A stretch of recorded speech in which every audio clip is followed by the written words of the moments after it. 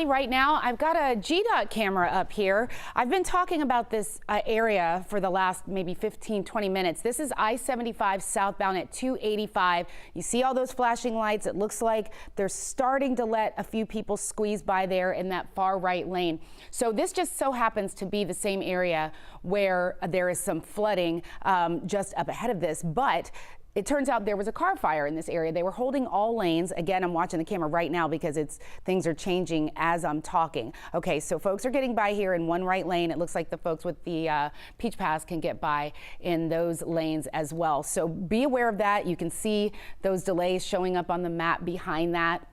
If you can hear me now, by the time you get there, hopefully more of those lanes will have opened up. Otherwise, Cobb Parkway would be your alternate route to continue to 285 or continue 75 into the city. Like I said, I'll continue to keep an eye on this. Again, I wanted to step out and give you a look at those lights there, and hopefully those lanes will reopen shortly. I'll keep you posted. Now, right now, 11 Alive's Karis Belger is out on these roadways, very wet roadways. Karis, I know you've seen a lot of ponding, a lot of puddles. You know, it goes from large to small. Are people getting through, or are they having to stop and turn around?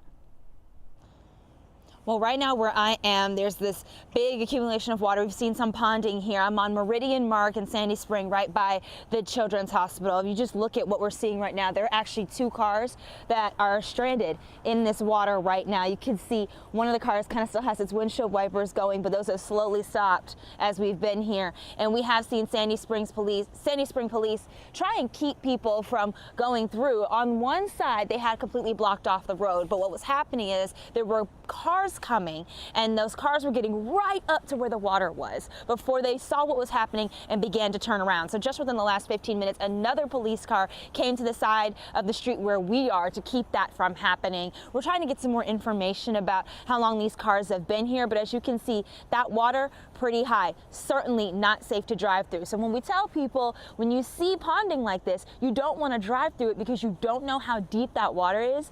This is what we mean. You don't know how deep it is, and this could actually cause you to get stuck. So we've been driving around. This is not the first place we saw this. We also were on Piedmont near Miami Circle earlier where we saw something similar, and in that instance no one was stuck, but there were people who were stopping, backing up, driving in the other direction, or just going around in the northbound lane there. So trying to, as people are starting to get out, get on the roads, this is certainly something we want them to be aware of, because you just never know where you might run into some water.